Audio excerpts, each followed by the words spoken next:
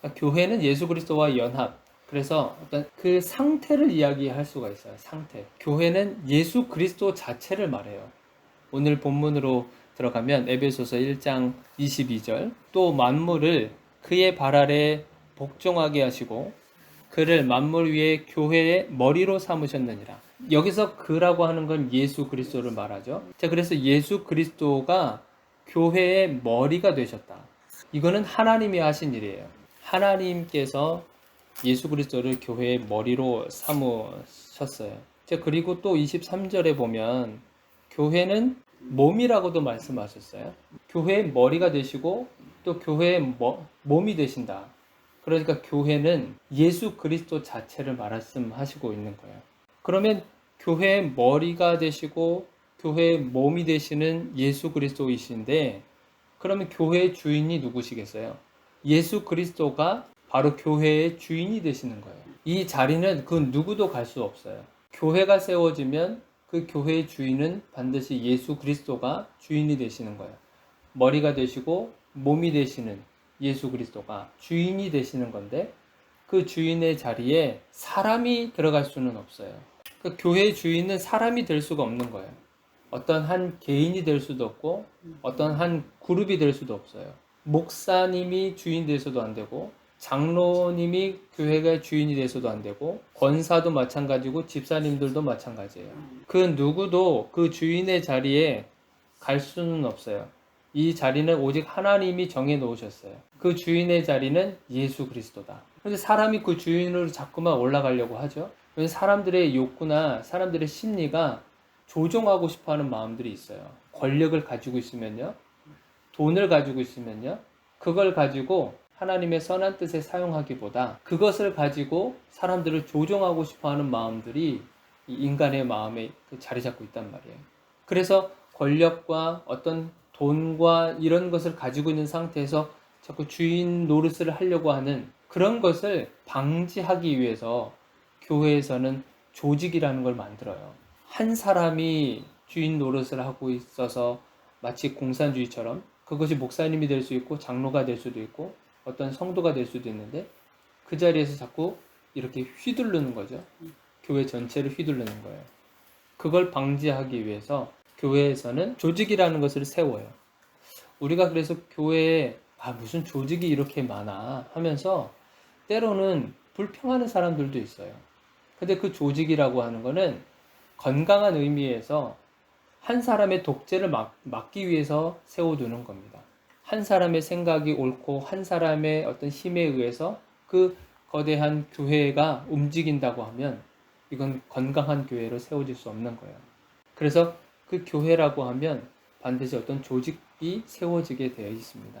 그 조직이 어떻게 보면 건강하게 잘 세워져 가게 하는 것도 참 하나님의 은혜가 필요한 거죠. 그래서 교회가 이런 조직들을 통해서 건강한 교회로 잘 세워져 가게 하는 것이 또 하나님이 원하시는 방법이기도 합니다. 한 사람의 독재. 그러니까 이게 출애굽기에도 보면은 그런 모습이 등장하기도 해요. 출애굽기 우리가 18장에 보면은 누가 등장하냐면 모세가 등장해요. 우리가 잘 알고 있는 이 모세가 하나님의 명령을 받고 이스라엘 백성들을 애굽 땅에서 이렇게 구해낸 그 지도자로 세워졌잖아요. 홍해를 나오고 그리고 광야 생활을 하는 가운데에서 모세가 할 일이 너무 많아졌어요. 지도자 역할을 감당하면서 어떤 재판하는 일까지도 백성들의 억울한 것들 뭐 이런 광야 생활하면서 힘들고 문제가 생기고 이런 일들이 생겼을 때 억울한 일이 생겼을 때 이 재판하는 일까지도 이 모세가 다 해결해야 됐었어요. 그러니까 백성이 뭐 한두 명이겠어요? 한두 명이 아니에요. 60만 명 이상 가량. 그 성인만 그 60만 명 가량이지. 엄청나게 많은 그런 사람들을 일일이 다 그 문제를 해결한다고 보세요. 밤새도록 그 일을 할 수밖에 없는 일이 벌어지는 거예요. 그러니까 모세도 사람이에요. 그러니까 얼마나 지치겠어요. 이 많은 수많은 백성들을 이끌고 하나님이 말씀하시는 가나안 땅까지 가야 되는 그 가운데서도 시시콜콜한 그런 문제들 하나하나로 또 해결해 가면서 가야 되는 거잖아요. 그러니까 이 모세는 혼자서 일을 감당하고 있는 것이 너무나 버거운 짐이 되는 거예요. 사실은. 근데 이 모습을 모세의 장인이에요. 모세의 장인이었던 이드로라는 사람이 있는데 미디안 제사장으로서 있었고, 이 이드로가 장인어른이죠. 장인어른이 모세한테 권면을 하는 거예요. 너 혼자서 그 일을 다 감당하는 거, 그거 잘못된 일이다. 혼자서 그 일을 다 할 수 없는 거야. 그러니 사람들을 세워라. 사람들을 세워서 재판하는 일, 지금 너가 그렇게 힘겨워하고 있는 그 재판하는 일을 그 사람들한테 맡겨라. 그렇게 해서 천부장과 백부장과 50부장, 10부장 이렇게 해서 사람들을 세워나가는 거예요. 모세가 할 일을 그들에게 맡기는 거죠. 모세가 감당해야 될 어려움을 혼자 짊어지고 가는 게 아니고 그 사람들한테 맡기는 거예요. 어떻게 보면 조직이 생겨나는 거예요. 교회 안에서도 어떤 담임 목사님 혼자서 그 일들을 다 일 처리하는 게 아니라 어떤 부교육자를 세운다든지 아니면 어떤 공동위원회가 세워진다든지 이제 그렇게 일을 분담해 가는 거예요.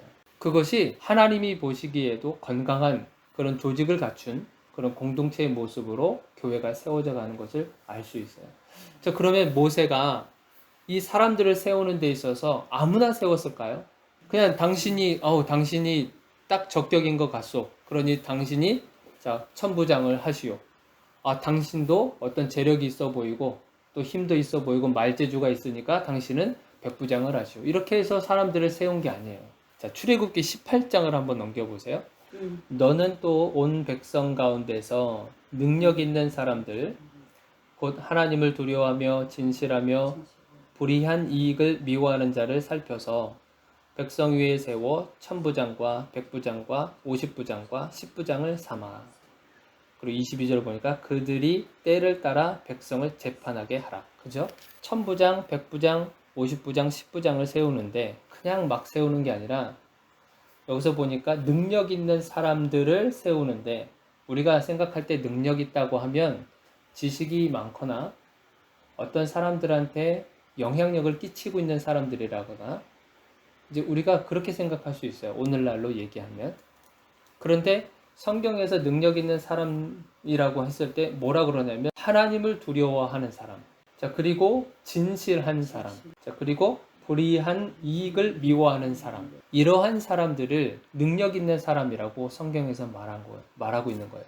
아무나 세운 게 아니라 이러한 기준을 어느 정도 기준을 갖춘 사람을 세워서 재판하는 일을 맡겼던 거예요.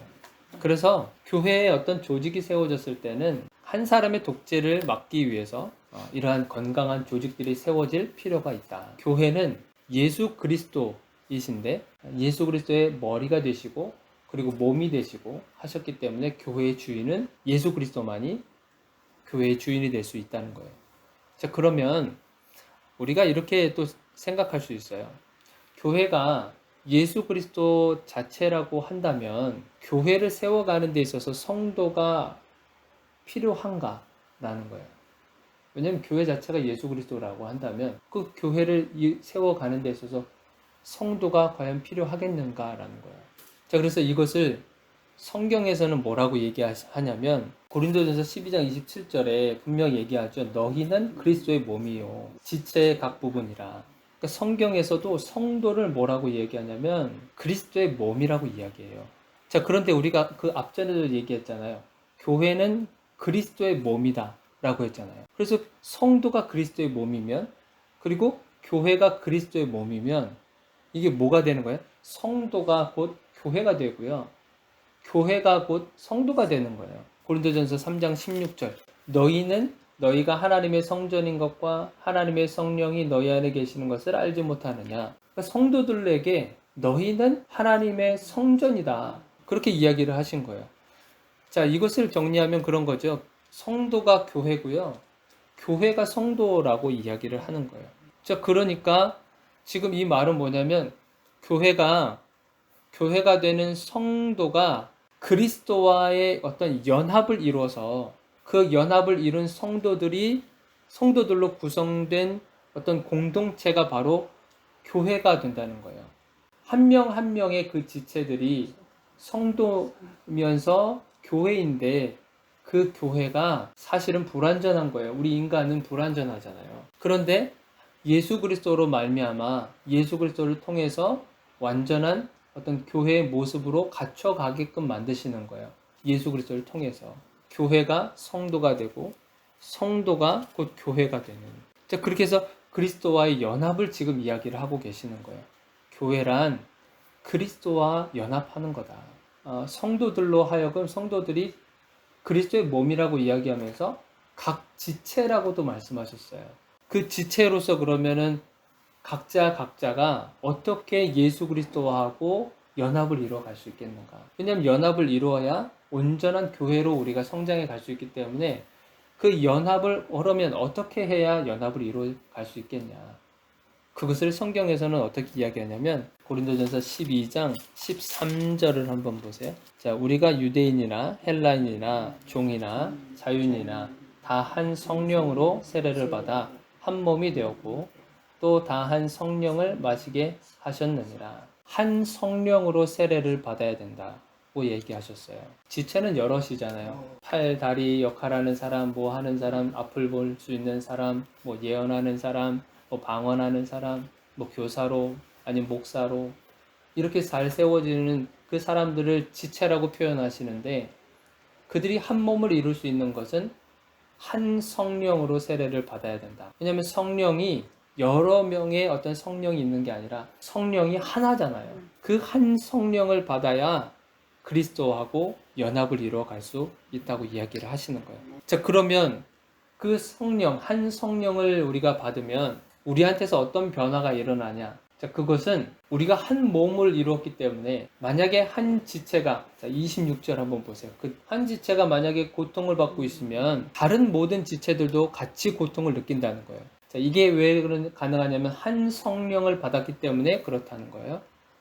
자, 그래서 한 명의 지체가 고통을 받고 있으면 그 고통받고 있는 그것을 다른 지체들도 동일하게 느낀다는 거예요.